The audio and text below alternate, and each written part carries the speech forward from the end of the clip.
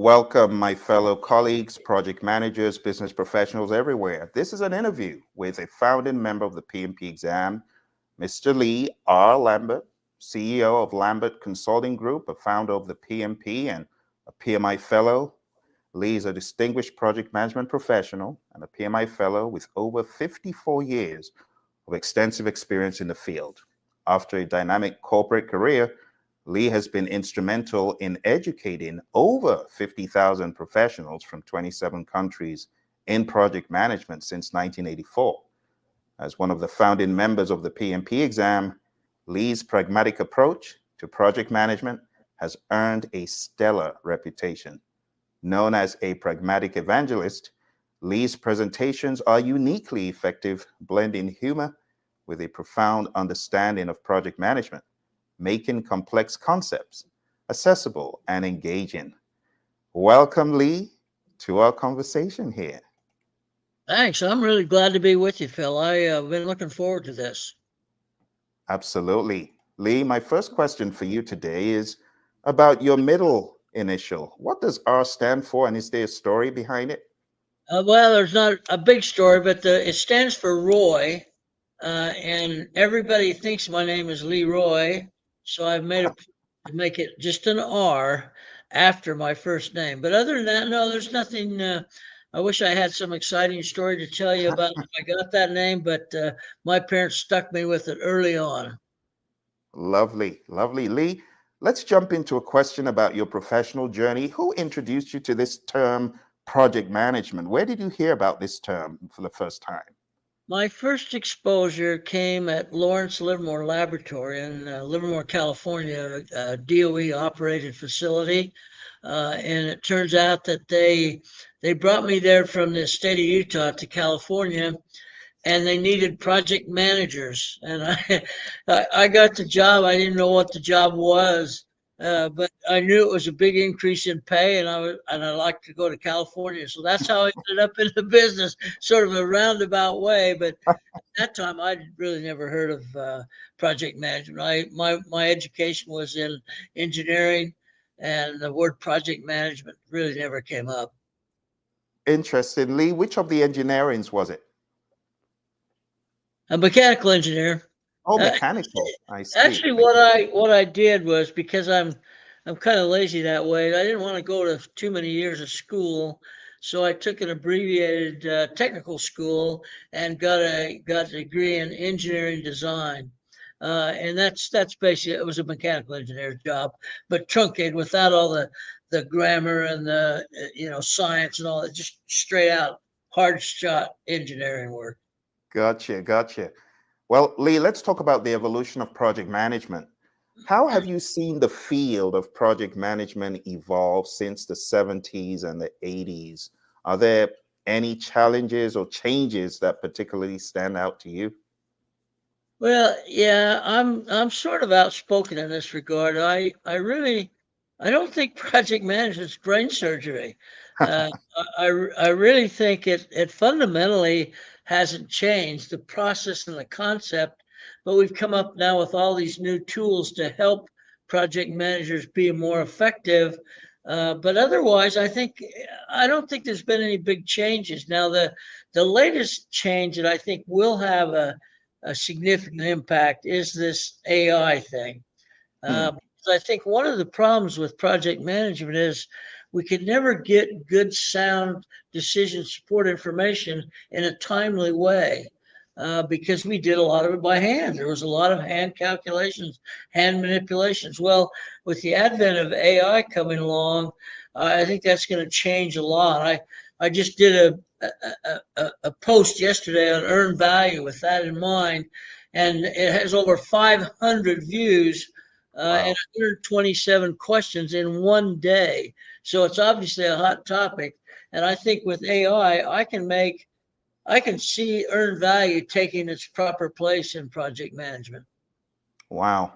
Lee, let me jump on that topic. You know, we share that earned value liking, but let's talk about the future of earned value and why earned value is so despised in industry. Do you have anything to say about that? Oh, I do indeed. I think that some of the things that came out of my post that, management says they want it, but then they don't act like they do. And the key to this working or not working is better planning. And the one thing that management won't give us as project managers is enough time to do good planning.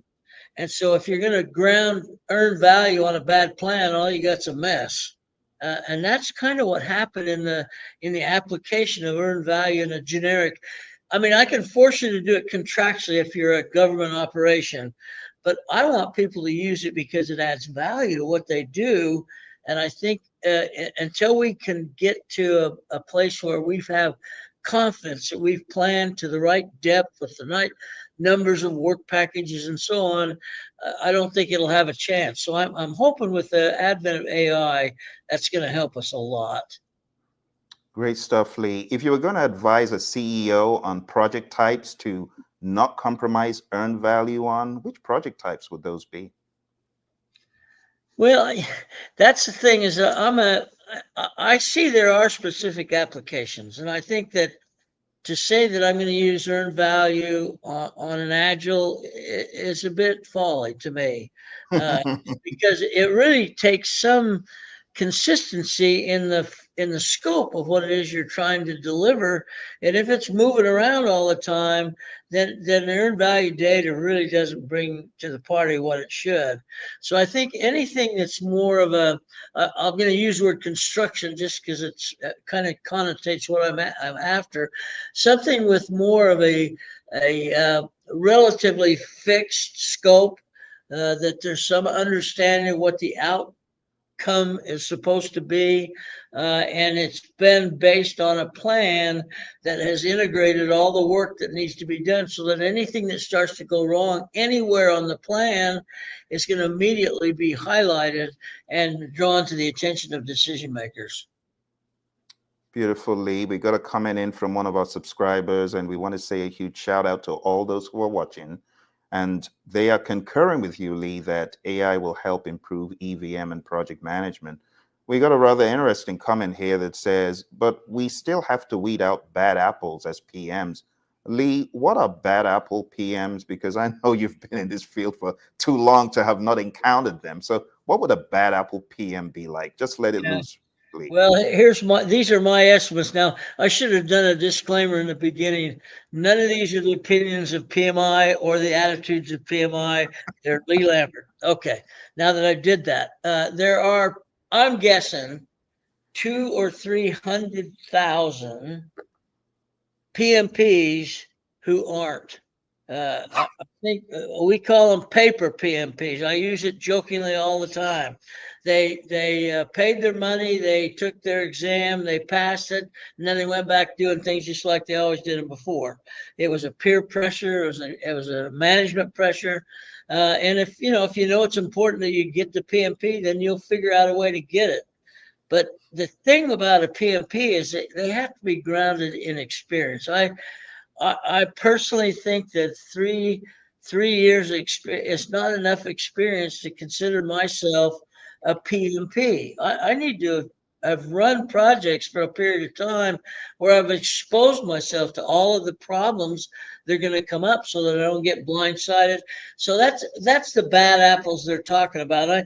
When I do a program with a bunch of PMPs, I always ask them, how many are PMPs? Oh my gosh, all the hands shoot up. Everybody's so excited. And then I ask another question. I say, how many of you work with one that isn't?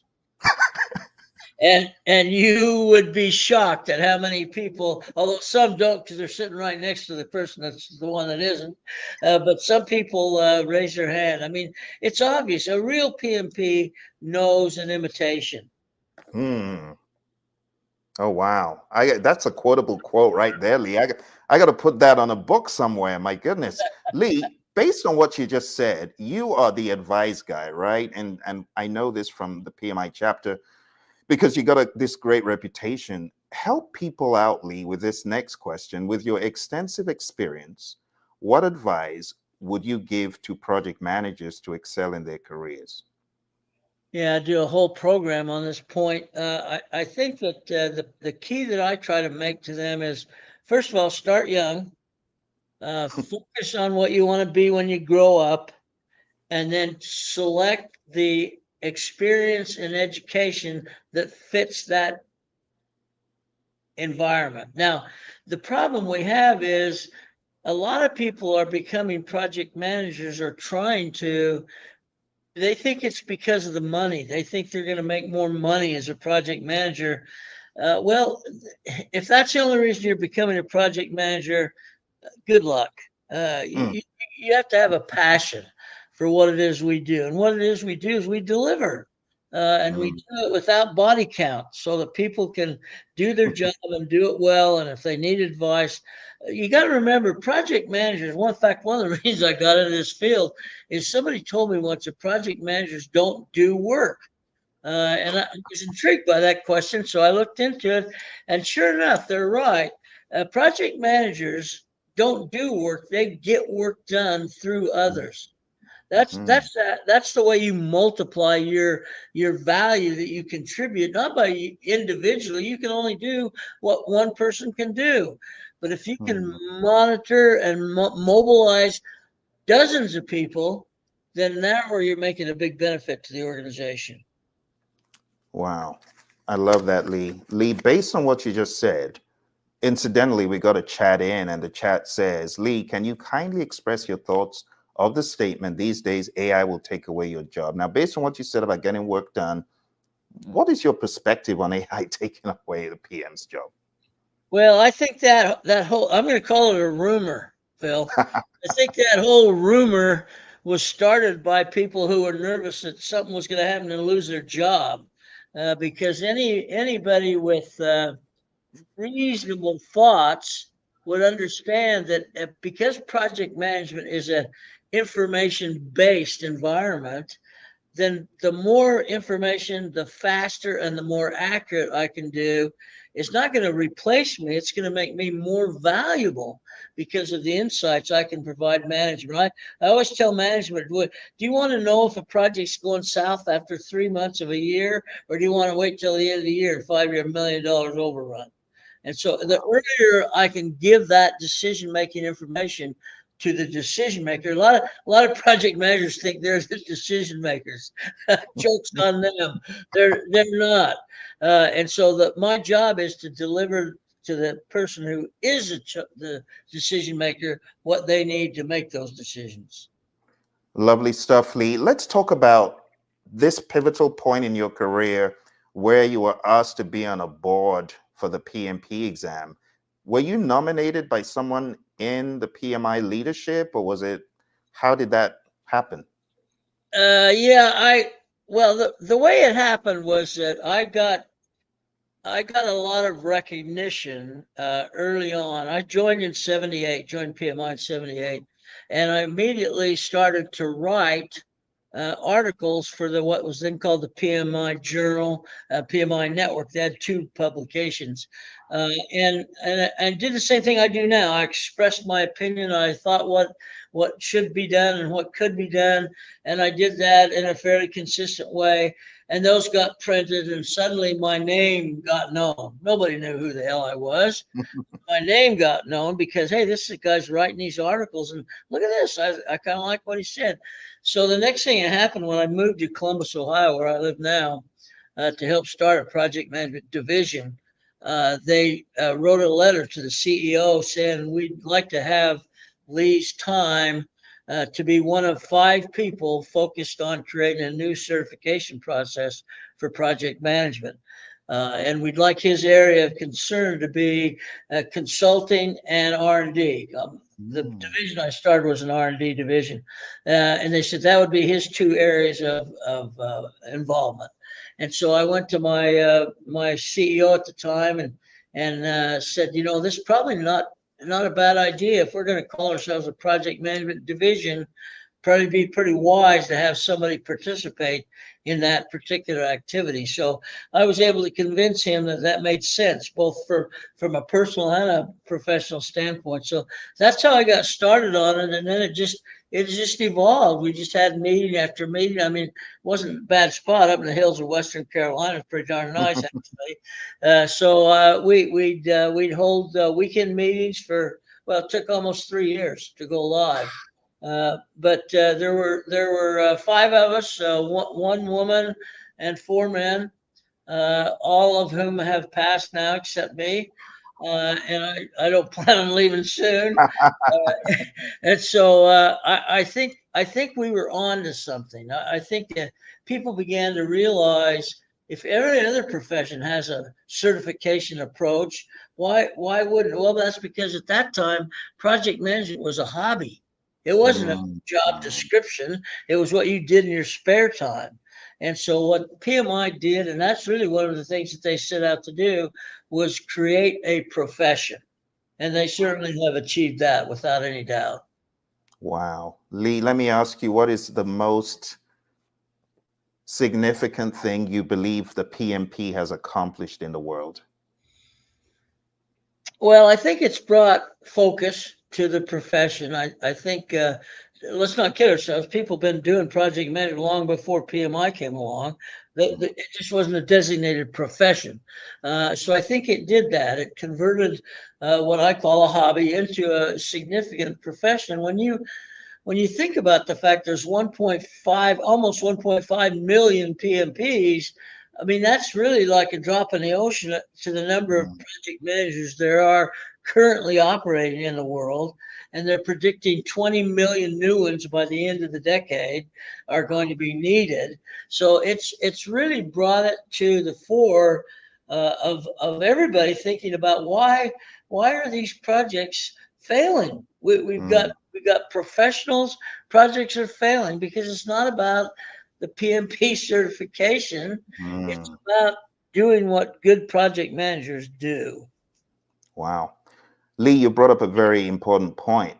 There's such a huge disparity between the 1.5 million you talked about and the rest of the world of PMI as the CAPM, ACP, Discipline Agile, and other certifications. Why do you think there's such a large disparity in those numbers? Well, I think part of that is because when we first started rolling out the PMP, we marketed it as as a general certification. In other words, you didn't. It wasn't a specialty. It was a because then the only real specialty was scheduling. There were a lot of schedules Mm, around back in those days, and they thought that's what project management was.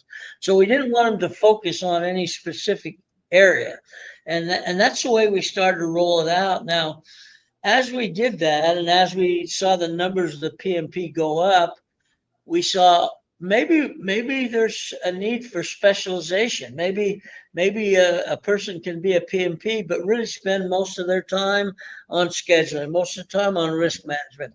And so we started to create these specialty certificates. But the problem is the PMP is still the gold standard. Everybody wants the PMP. That's an yes. indicator that you know what the heck you're talking about. And so only the real specialists are getting the specialty certificates. Like I just congratulated one today that got his scheduling, and I basically told him, I said, it's really a shame we don't have more scheduling professionals because it's an area that I think we do a lousy job on in our Yep. project. I think we do a terrible job. And if we had more specialists, then maybe we could increase the quality of those plans and schedules. And the same with risk. I think risk Yeah. is underutilized just horribly. So I think that we're seeing that. And to point out the again the disparity as you refer to it is that we kind of started late with the CAPM, which is basically like a PMP in training. Really, that's what it amounts to when you think about it. And so now we're saying, look, if you haven't decided if you want to be a PMP, if you don't think it's going to add a lot of value to your skill set, then get the CAPM, the Certified Associate Project Manager, and that will help you make the final decision. Mm, That's what you want to be when you grow up or not. So we now have 70,000, mm. by quite a ways, the second most popular after the PMP. And in fact, in some of the magazines, the CAPM has actually been identified as the most in demand, with the PMP second. Wow. So I think that's I think that was a great move. I wish the heck I could have said I thought of that earlier, but I didn't. But I think Hmm. whoever did put it into the system made a wise choice. And now you're seeing heavy marketing on the Yeah, CAP because they see that we've got a lot of, if we're going to have 20 million by the end of the decade, we got to get them in the pipeline. We've got to get some absolutely. people that are ready to move into that role. So I think the CAPM will continue to grow pretty rapidly. I absolutely agree, Lee. And actually, I got CAPM certified after my PMP because I kept hearing it's not a cakewalk exam. So I decided to Yeah, try it out right. for That's myself. right. So, Absolutely Lee, right. Let's talk about the PMP. Your 3 years meeting with these four awesome individuals, you must have had some squabbles and arguments and, well, let's just say conflict. I don't know. Do you want to? Do you have any flashbacks about that? Yeah, I call them nightmares, not flashbacks. Yeah, we the biggest discussion we had several. I was involved in most of them. But the one that we really spent the most time, and this is one of the fellows on this was a president of PMI, the Ken Hartley. You might know that name. Uh, Hmm. and Ken had strong opinions, and he was a great leader. He was president twice, the only man that's ever been president twice. And our discussion was about what do you call this thing? What do you call this thing? And they wanted to call it all but me wanted to call it project management professional. Wow. Project management professional. Well, they wanted to call it. That's not what they wanted to call it. They wanted to call it something that didn't have anything to do with what we were trying to achieve. And so I said, no, okay, look, if we're going to say professional project manager, I don't think that's exactly what we're after. I said, well, how about this? I said, think about this from that standpoint. Somebody that is working in a project management environment, in other words, an organization that has implemented project management, do they really need to be a PMP or do they just have to have a good knowledge of project management so they can talk the language, so they can understand what's being said? That was my position. And they said, no, we want to have professional project managers. I said, well, you're selling yourself short because you're limiting the market. There's going to be a lot of people that could benefit from it that won't do it because they're not going to be a project manager. They're going to be working in an environment that has implemented project. 4 days we argued about that. 4 days. And I finally convinced them.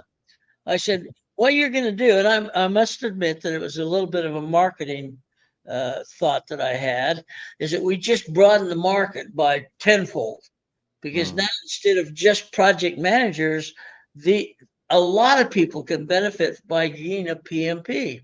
And Mm. the best example of that is I sold the Sprint account back when I worked for ESI. And when I sold the Sprint account, that was my reasoning. I said, let's just not train your project managers. Let's train everybody that has anything to do with project Mm. management in a regular way so that communication will be sound and valid and everybody will understand. So they finally decided to do that. It meant millions of dollars to them. That was a very, very big decision. There were times we'd have 11 instructors on site, 11 different classes going at the same time. And when we found out, when we started to look at what the makeup of the audience was, maybe 20% project managers. Everybody else was project support people.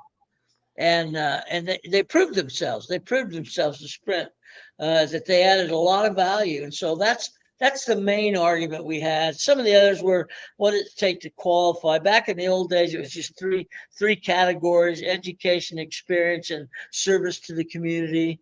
Of course, it's clearly gotten much more complex than that now, which it should have been, by the way. And I was in charge of qualification back in the old days, and I got to be Mm. honest with you, I didn't spend a whole lot of time. If I could add something up real quick, qualified. My opinion was if you're going to sign a code of ethics, you certainly wouldn't lie about your application, would you? I mean, I believed in honesty. I believed that if people signed that code of ethics, then they were saying, yeah, yeah, I've done all those things. Well, we learned the hard way. That's not exactly true. So now we've got a little bit more rigor in how we allow people to sit for the exam. Great stuff, Lee. I'm curious, you mentioned ESI, which is an organization that everyone knew. Were you with ESI for a long time? I was with them. I went over there probably in 1982 or 83, right just before we released the PMP. Uh, Wow. and by then I was pretty much into training, and I decided, well, that's the kind of place I want to be. They're selling project management training to corporations all over the world. They linked up with George Washington, which is very smart, so that you could do 7 courses and get a master's certificate from George Washington in project management. So it had the marketing. I had fun. They were the more people they could get in the room, that the more they put in, and they've been sold about 3 times since then, uh, and each one that sells them makes less money. Oh Uh, dear. they started. They just hit the timing right. It was Carl Pritchard. Now you may know Carl. I know, Carl Carl. Pritchard and I used to call those the pig trough days, because it didn't matter what class you threw in the trough, the pigs would come eat it. And so we he and I used to have a lot of fun Oh my uh, gosh. with the pig trough days. And well, the only argument we ever had was who was number one or number two. And of course, I disagreed with his choice. He did with mine. But we made a lot of friends, and a lot of people that I still talk to today are people I've run into at ESI that have become very good friends and very good project managers. Absolutely. And speaking of your name and your middle name, isn't there a Leroy who was at ESI? Yeah, Leroy Ward's the guy who hired me. I had to interview with Leroy, and I told my wife at the time after the interview, I don't think I want to work for this guy. I don't like him. And she said, "Well, don't you think that's a little bit of snap judgment?" I said, "I don't know. There's just something about him." So she talked me out of that, and I went to work for him. And he was without any question the greatest manager I've ever worked for. Just an unbelievable guy, very smart, very recognizing you got to give people freedom to become who they need to become. And then, of course, when ESI started being acquired, he was ahead of it for a little while, and then I think his mom got sick, and he moved to New Mm, York. And it's funny that you brought his name up, because I was just thinking about him the other day. mm. I used to see him once in a while at PMI events, and he writes a little bit, but I haven't seen him. So now I'm worried. I Yeah. wish I'd have checked it out.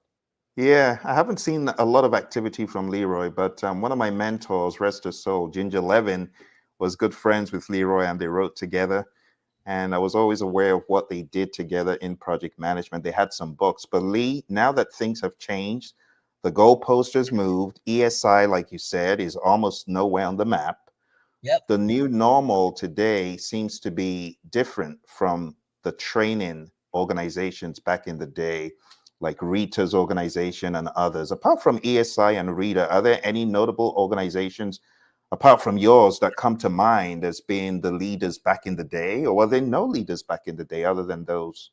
Well, the only one that's really, I mean, I'm probably way off on this 'cause I haven't looked around, but the only one that's really still around that's known is Velociteach. Uh, Hmm. and they pulled out of the REP/ATP program, as did quite a few of the leading instructors. They didn't feel like they wanted to pay the 10 or 12 grand, whatever it is, to be an ATP. They're doing fine. I talk to them all the time. They seem to be doing just fine. So their decision was okay. I think some others might have not done that, but I know Carl was an ATP for a while till he got sick, and then he Hmm. liquidated everything, and now he's back, not back whole, but he's sure back way better than he has been. Oh So I'm yeah. Oh pulling yeah. for him all the time. I see him and talk to him once in a while. Lovely. I mean, he's one of the real ones. You don't, He's I hate to say it, absolutely. but talking about paper PMPs, I think we can say paper PMP pushers Because, but we'll talk about that another day, Lee. Yeah. Well, I that's the one thing I've hit, not just me, we've hit Pierre with that he needs to, that he's working hard on, is the integrity of the exam. I mean, we literally find people selling the exam on LinkedIn. Send us your money. We'll send you a certificate. We'll take the test for you. I mean, it's ridiculous. Well, that's what happens with money. You know that. Yep. If these shysters can find a way to make a penny, they'll do it. They don't care about you. And so our integrity is in question in some cases. Sometimes people write me. I don't have anything to do with that. I don't work for PMI. I just do stuff around PMI, and I'll get letters saying, "Well, this is just not right." And they'll send me an ad from India, if in that particular case, that says, "Send me your money. I'll send you a certificate. Don't worry about the test." And well, so PMI used to not. They used to ignore that. Say, "Well, you're going to get some of that." They don't ignore it anymore. I think Pierre's made it pretty clear that if he's going to stand tall on the PMP, he's going to know he's standing on a sound foundation. I love that, and definitely continue along those lines that you mentioned. The REP program, honestly, great program, REP program. Transparency, a lot of collaboration. Not so sure about where the turning point has gone, because there used to be the REP logo all over the place. People were evangelists for the REP program. We don't really get that happening today, but I know it has had to do with leadership. So I'm going to ask you, if you were going to choose from your friend Ken, rest his soul, the one who went twice, and Yeah. all the others, let's talk about the PMI Mount Rushmore. Who would your four be for the president, the PMI presidents that you say are most pivotal for shaping the firm? Well, we've had some bad ones. Tell you, no, I shouldn't say bad. That's not fair. We've had some that I don't think they were project managers in the first place, but trying to run a project management organization.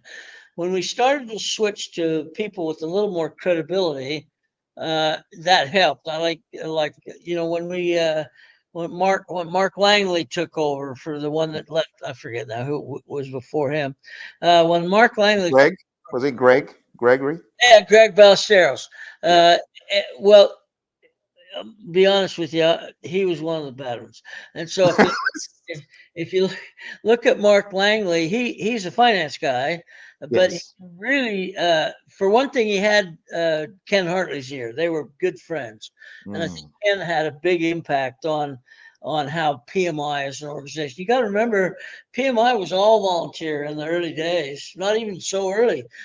Even the top dog, somebody like Pierre, would have been a volunteer back in those days. And so when we started to convert to a business model, it required people that knew what they were doing. So Mark mm, had some good background, good skills, good financial acumen, and I think he helped a lot. And Sunil, bless his heart, I love Sunil. He's a great guy.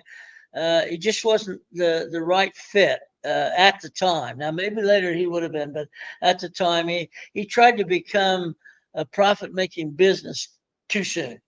He wanted to sell stuff, uh, mm, and that rubs people the wrong way. And I told Pierre this. It's been a challenge we've lived up to for years. Is all PMI cares about is money. So mm, I interviewed him recently. I asked him that question. He had a great answer. The guy's he's really thought through this job, and he gave just a fantastic answer. Yeah, we got money in the bank, of course we do, but look at all the things he's doing. Those things mm, all cost money. mm, And people don't realize that. They think, I mean, they're paying $139 to be a member. They think that's a big deal. We've only got 700,000 members. It's not like we own the world or anything. So they have to supplement some of those revenue sources. But I think that I think Pierre, unless there's something I don't know about, and I doubt there is. He's too transparent. I mean, he's just a great guy. He's a He'll talk great to guy. you Agree. about anything, Agree. unless he has something happen that really changes the playing field. I think he's going Mm. to be a long-term success. I hope for the same. So it sounds like our Mount Rushmore for in your eyes, definitely Ken. Oh That's yeah, one. Sounds Ken like Mark. Ken was great. Mark Langley was good. Based on the fact he's a finance guy, nothing against finance guys, but he did a good job, and he still comes around. He was on our cruise 2 years ago. Okay. Langley was as one of the PMI cruise members. So I mean, Okay. he's taken an active role in the business. But again, well, you saw what Pierre did when he came in. He not immediately, but within reason, started to replace key positions. Oh yeah. Oh yeah. These were people that had a lot of tenure. They'd been there a long time. They had done a good job, but they weren't project management people. They weren't as skilled in what you need to be skilled in. So he wasn't afraid to make changes. I asked him that question in my interview too. He handled that like a champ. He just, certain people needed to be in certain positions, and he's now got himself in a position where he's got the right team, I think. Mm. And now he's gone on to say, okay, look, you're a team member at Project Management Institute. You will be certified. If you're not certified, you better get busy. I mean, even Brantley is a 26-year veteran. Some joke that they think she was born there. Uh, but the fact of the matter is, she'd been working all that time, working hard, getting lots of things, had no certification. And so Mm. immediately, of course, when Pierre said that, she went and got it.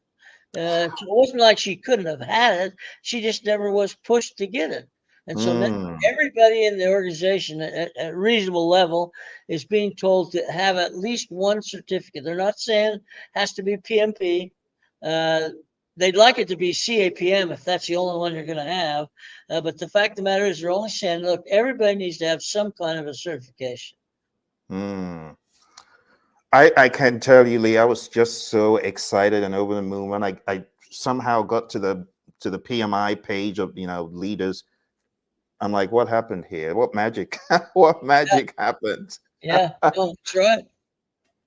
Lee, we got a question here. It says, what are your thoughts on the disconnect with academia and industry when it comes to project management or earned value management? Will AI help connect academia and industry in the near future? I'll let you answer that, Lee. Yeah, let me look around, see if I can find my soapbox. Uh, this is a very critical. If I start to talk about a pipeline that needs 20 million new people, if we don't link integrated with academia, they're not going to be there. They're not going to be there when we need them. Now, this movement started. I'm working with some universities. Others are working with universities who are integrating project management into their engineering curriculum, so that now it's not just something you mentioned a couple times in a quarterly lecture. Now they're actually giving learning opportunities, and in some organizations, they're actually encouraging graduates of their program to sit for the CAPM as soon as they graduate. Hmm. And so they're trying to understand. So I don't even remember this, but somebody told me that we used to have a real tight link. Everybody that I worked with back in the old days, in the 70s and 80s, were academia, were professors. Uh, Most of the key people were professors, engineering professors in most cases. But then all of a sudden, for some reason, that got disconnected, and we went back to individuals. Let's work with Hmm. individuals. And so now we're trying to reconstruct that relationship. I just did a thing with Morgan State, uh, an article for a magazine that they have, that really pointed out the needs, but basically this question that's been asked here, what we need to do, and they're going to bring me in to do a lecture for their engineering group in the next few months. But so I think people are thinking about it. I know Pierre's thinking about it because we talked about it. And so I think we're going to have to do that. We're not going to be able to satisfy the need for project managers all through PMI. And I think that's another reason Pierre is trying to expand to where he's collaborating more with IPMA and APA Hmm. and the other project management organizations to get everybody moving in the right direction. Yeah, great And stuff. project management, I gotta say, I'm a big supporter of earned value. Maybe that's because I learned it from GE, and they did things right back in those days. But I think if people would wake up and realize that if I plan like I'm supposed to plan, using earned value is a piece of cake. Mm. Thank you, Lee. I've got a question based on what you just mentioned. We've had this conversation, but let's go ahead and give him his flowers. He's gone, but the great Jack Welch. Let's talk about your stay at GE. What was the main, if you're going to give it three major things that you learned or that bettered your career from your time at GE, what would they be? First off, I learned that all the engineering education I got was not wasted. Mm. Engineers think like project managers should think in most cases. So learned that right away. I learned that I was not what would be deemed a good engineer. I didn't have that passion for engineering.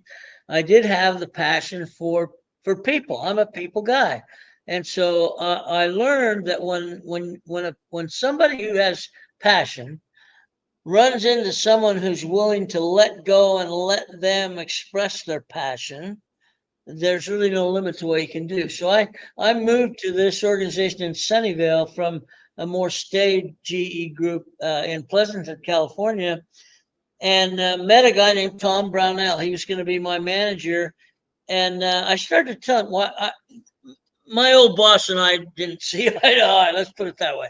And so I started to tell him, why am I down here in Sunnyvale looking for a job? Here's what he said to me: I don't care. He said, I don't care why you're coming here.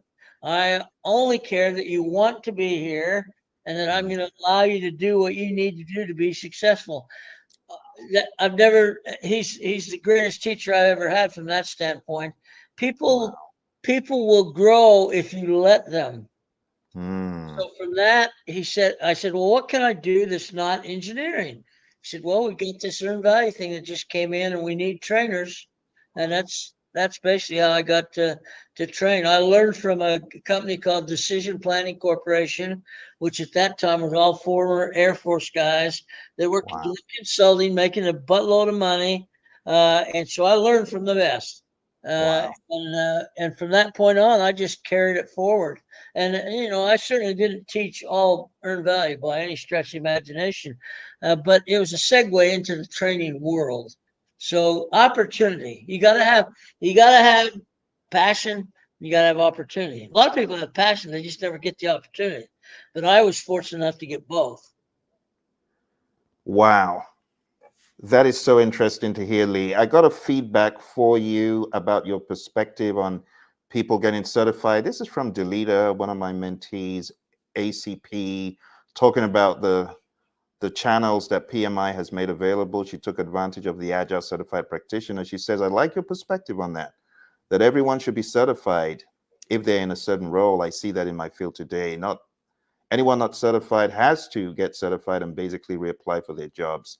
It may seem unfortunate for some, but I think it's important. So I think what Pierre did is amazing. I got really excited just seeing that. I wondered, was there a magic wand and everyone just became PMPs, or what happened? So that was really interesting. We got another feedback lead. This is an awesome discussion. Thank you, Deidre. And let's move on to another question I have for you. This is a more trivial question. Ice cream or yogurt, Lee? Oh, ice cream for me. Okay, let's talk about colors that you like. Which color do you find most calming or energizing? Uh, I'm a blue guy. Nice, nice. Okay. Be careful with this one. Some people might take offense. Do you have a favorite football team? Yeah, I do, and they probably will. Oakland Raiders. Well, Las Vegas Raiders now. They're not the real Raiders anymore. I was Okay, I was a sports writer in California covering the Raiders uh, really? for a major daily, and I've had some. I had LaMonica and Bolitnikoff and Art Toms, you name it, at my house for a party. Wow. They destroyed my house and became friends as a result. So I've always been faithful to the Raiders. I think that was a good answer. Okay, let's talk about another one. Lee, do you enjoy listening to music? And if so, which kind of music do you listen to? I do. I'm a country western guy. The, Ah, the beauty about country western is the lyrics actually say something. that's true. Yeah, Hmm. I really do like the lyrics of country music. Makes sense. Where's your cowboy hat? You don't wear it a lot these days. No, I don't. I have a special hat they gave me in Calgary at the Stampede when I was a keynote up there. That was they do what they call a white hat ceremony. So I've got that. I still wear that occasionally. If I go to Calgary, I always wear it. Okay, this is another fun one. If you could have dinner with any historical figure, who would it be and why? Mm. Mm. Who would it be and why? It'd probably be a football coach, but I'm not sure which one. I mean, even I hate to say it, but the Ohio State guy that I liked is gone now. He's an announcer now. But Mm, there's something about I'm not going to say that Alabama guy. I won't even say his name. But the beauty of those coaches, and here's I learned this a long time ago from coaches. The key element of coaching a team is to getting all the players to buy in to mm, what you're selling. That's all the big time coaches will say that. In post game interviews, they'll say it almost every single time. Well, that's all the boys are working hard. They buy into what we want them to do, and I think that's the key. That's commitment. That's basically what we're talking. And so I've developed some high performance teams that actually PMI wrote one up in a magazine called it a miracle project, where mm, it developed a high performance team that got 3 years worth of work done in 18 months. mm, You can do it, but you've got to get commitment. You got to get buy-in to mm. what they do. Right now, a lot of people are still just focused on getting the job done, getting my paycheck. That's where their focus is. Okay, baby needs shoes. Got a Mercedes payment. So why are you working so hard? Well, because I need money. Well, if that's your motivating factor, I mean, you'd be successful, but you're never gonna be a real pro. Speaking of money, Lee, your statement, I want all the money to Jack in that fateful company where you did the diabetes instrument project. Could you discuss the diabetes instrument project you worked on and just tell us if there were any key lessons learned that you'd like our people to take away? Yeah, the lesson learned there is you can overcome bad leadership. The guy who was running that company at the time was a former DuPont guy, six Mm, foot eight, 350 pounds, hated people. Nobody ever saw him. Nobody ever saw Jack. If you saw Jack, he was probably because he was firing you. He didn't like to mess with people, and so I learned that I had to be the buffer mm, between the perception of what Jack was. And by the way, the guy was brilliant, brilliant. mm, He just hated people. And so when I'd have to be the buffer to try to communicate. So everybody came to me complaining about Jack, and so you have to get by that to where you have to understand you still got a job to do. I mean, you can spend all day bitching about something, but at the end of the day, you still got a job to do. So why not do it and have fun and enjoy it? Uh, we did miracles. We did things that nobody ever heard of to get that thing done in that amount of time. And it was a $1 billion company. And when it was over, 3 years later, they were acquired by Roche Labs for 11 billion. So Wow. it was profitable, no doubt about that. And by the way, I still use it today. I use that meter. That same meter that I ran the project for, that's what I use. It gave me diabetes, I think. Yeah, I actually did check that out on Amazon. It's on sale. What's it called again? AccuCheck. Yes, I could check. I couldn't. I'm like, wow, it's so Yeah, you've left a long-lasting it, impression in it's that industry. morphed. It's morphed, obviously, in physical size and configuration 2 or 3 times, but it's Mm. still the same meter that we designed. Good stuff. Like we're winding down now, Lee. So let's talk about the future of project management tools. People are very tool crazy, and I'm curious to know as project management tools increasingly incorporate AI and machine learning, what fundamental changes, if any, do you anticipate in the way projects are managed over the next decade? Well, I think the key is going to be, are people willing to learn how to take advantage of the tools? I think the problem we have in project management, I've seen it for sure, is that everybody gravitates to the new shiny thing. Hmm. Uh, and they're gravitating that way for one reason. That is, they think it's going to make their job easier. Hmm. And eventually it may. But when you have a new tool that starts to be used, that's work. You have to work to understand how to capitalize on it, how to use it, how to get the most out of it. Once you've learned all that, then yes, it's going to make your job easier. Nobody's willing to make that front end investment. They'll start working and say, well, this is a lot harder than I thought it was. I'm going back to the old way. And you start to see that sort of lack of commitment. I'm that way when it first came to Microsoft Project, when it first came out. I just couldn't invest my time in learning Hmm. how to operate Microsoft Project. Uh, but yet, the first person I hired in that job that we did in 18 months, the very first person I hired was a Microsoft Project expert, Oh, brilliant. because I was smart enough to know I can't do what I need to do without this guy. Now, Hmm. he didn't know how important he was because I didn't have to pay him that. But the fact of the matter was, I had him collecting status. I had him inputting status, projecting Wow. into the future. I mean, he was the key guy. And I Wow. bet to this day, I could go back and interview a lot of, they'd have no idea he was so critical to that project. Wow. And you really hit the nail on the head, Lee, because a lot of leaders, they feel, oh, I don't know this, I'm just not going to use it. But great leadership is bringing in people to complement one's skills. And you have a lot of PMs these days, they're kind of scared that they have to be the person who knows it all. I'm curious to know if you had the opportunity of choosing 3 knowledge areas out of the 10: integration, scope, schedule, cost, quality, resources, communications, risk, procurement, and stakeholder. Are there 3 that you would say are your, I'm stranded on an island with 3 knowledge areas? It's got to be. Which ones would those be? Yeah, I think I can say that. The first one is scope, which is a knowledge area in terms of how do I define scope.